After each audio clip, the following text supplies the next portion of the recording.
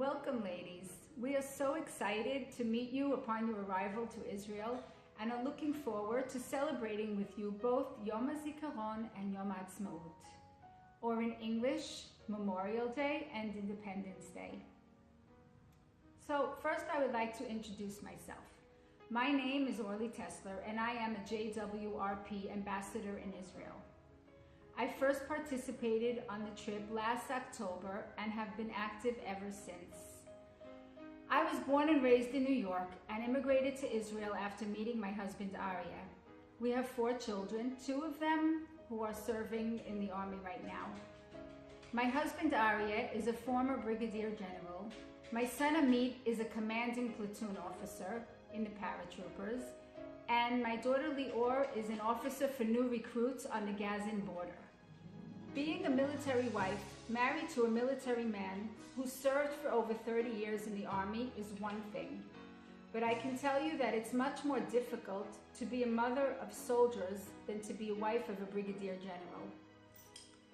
In Israel, Memorial Day starts a day prior to the actual day.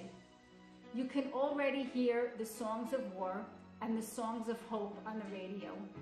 The TV broadcasts the stories of our fallen heroes, and without even wanting to, we get to know so well who the soldier was, what he did in the army, how he died. The young children, as early as nursery school, speak and look at pictures of our brave heroes who lost their lives to protect their homeland. The culture of grieving and remembering is ingrained here at a very early age. If you get on a bus or a taxi, you will notice the tears in the eyes of the driver. At the supermarket, bank, mall, or on the street, you will see the pain on the faces of the people. Because in Israel, every single person had a friend, a neighbor, a parent, a grandparent, an uncle, a cousin, a brother, or comrade that was killed or injured in one of Israel's many wars. Sadly enough, it's something that unites us, kind of strengthens us. Some people will tell you that we don't need this day to remind us because we are constantly being reminded, whether it be by the dedication of a park or a school, or a name of a street that has been named after a soldier from that city or town. But it is on this day, this very sad, sad day, that everybody in Israel comes together to hug the families and friends that those soldiers left behind. And the siren, when the siren goes off at 8 p.m. the eve of Memorial Day, and then at 11 a.m. the following morning, you can feel it vibrating deep in your heart.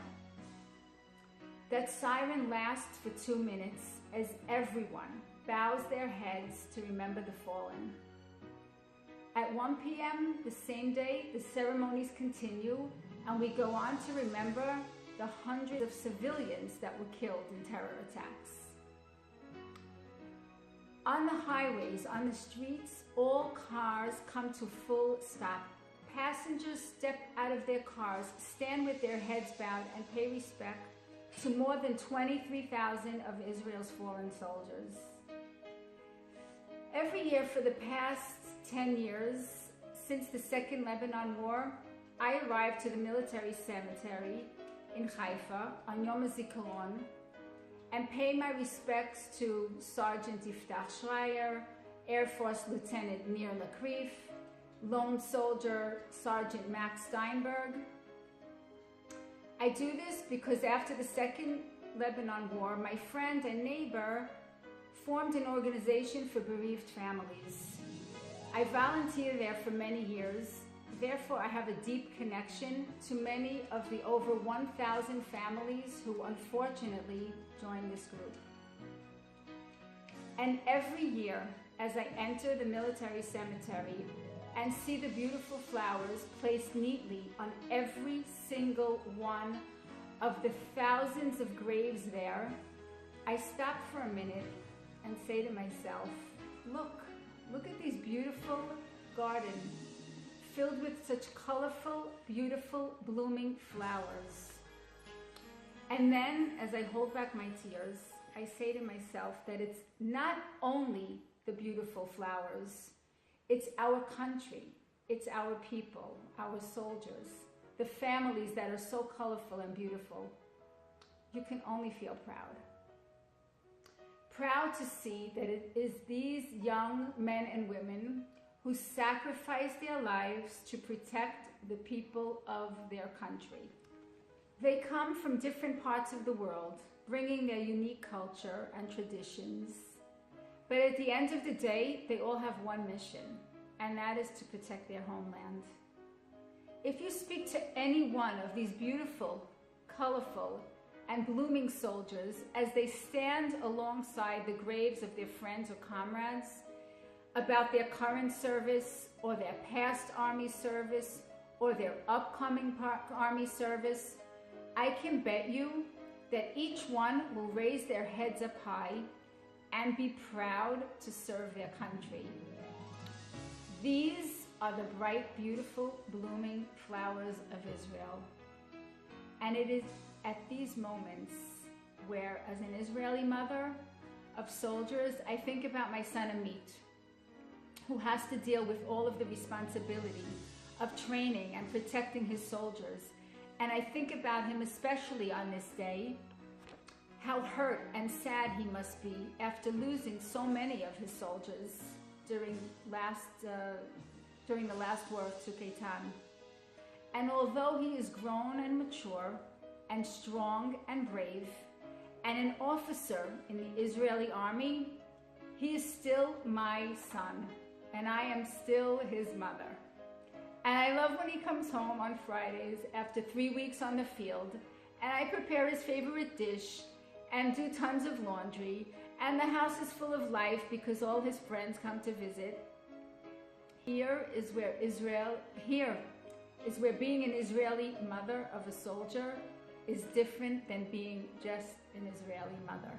As the sun sets and we pay tribute to those who fell in battle, the heavy mood slowly begins to lift as Israelis emerge from the somber day to gradually celebrating Israel's birthday. Everyone dresses in blue and white, and stages at parks, schools, community centers suddenly are filled with a variety of entertainment, folk dancing, food, fireworks, all night-long celebrations. The whole country is engaging in parties and dancing, and throughout the country there is a huge sense of pride and belonging. And the flag, our beautiful flag, you can see that flag on every house, on every car, school, store, on roads. Here again is where I feel so proud. Proud of our people, our land, our accomplishments. And as the next day continues with barbecues at every park, beach, at Israeli home, right after a somber Memorial Day, there is always a feeling of mixed emotions that accompany us.